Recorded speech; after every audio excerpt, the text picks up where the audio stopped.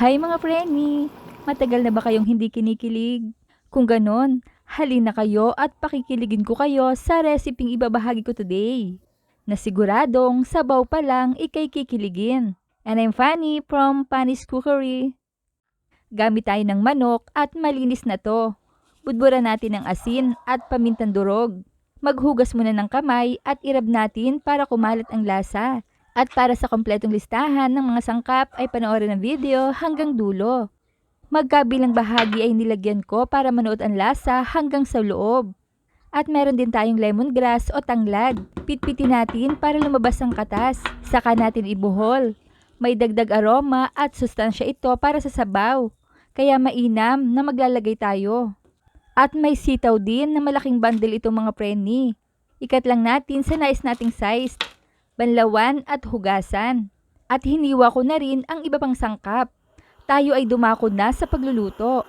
Maglagay ng cooking oil sa heated pan. Ilagay ang luya. Isutay natin ito for a few seconds. Saka natin ilagay ang bawang dahil hindi ko ito tutostahin. Huling ilagay ang sibuyas. Saute together until aromatic. Ilagay natin ang seasoned chicken. Igigisa natin ito. At isunod natin ang lemongrass at tomatoes. Saute together until brown. Yun talagang makikita mo na nag-brown na talaga. Medium heat lang ha. Alalayan lang natin ang pagluluto. Tapos lagyan natin ng hot water para mabilis kumulo. 1,200 ml itong mga preni. At ito ang gagamitin nating pampalasa, ang patis. Taste accordingly. Iba-iba naman kasi ang panlasa natin. Then takpan natin at isimmer natin until almost tender. Ayan, haluin natin bago ilagay ang sinigang mix powder.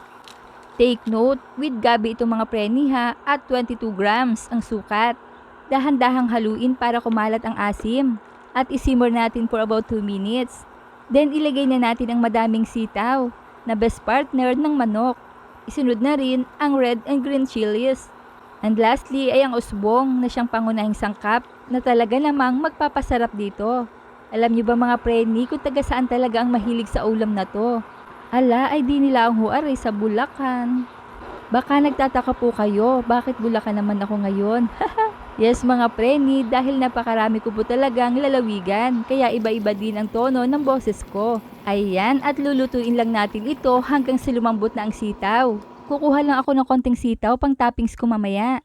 Diyaran, luto na. Turn off the heat.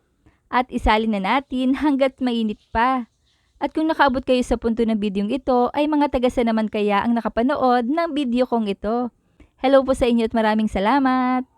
Ito yung itinabi ko kanina, para makulay namang tingnan sa plato. Ayan no, sabaw pa lang ay kikiligin ka na. At may patis pa at kalamansi. Sino ba namang hindi papawisan dito? Kain na po tayo mga preni at salamat sa biyaya palagi. Promise masarap po ito. Try nyo na. Kaya i-like, i-share at i-follow nyo na ako para updated kayo sa mga reseping ibabahagi ko pa. Huwag kalimutan, cook with love. Thanks for watching. Bye-bye!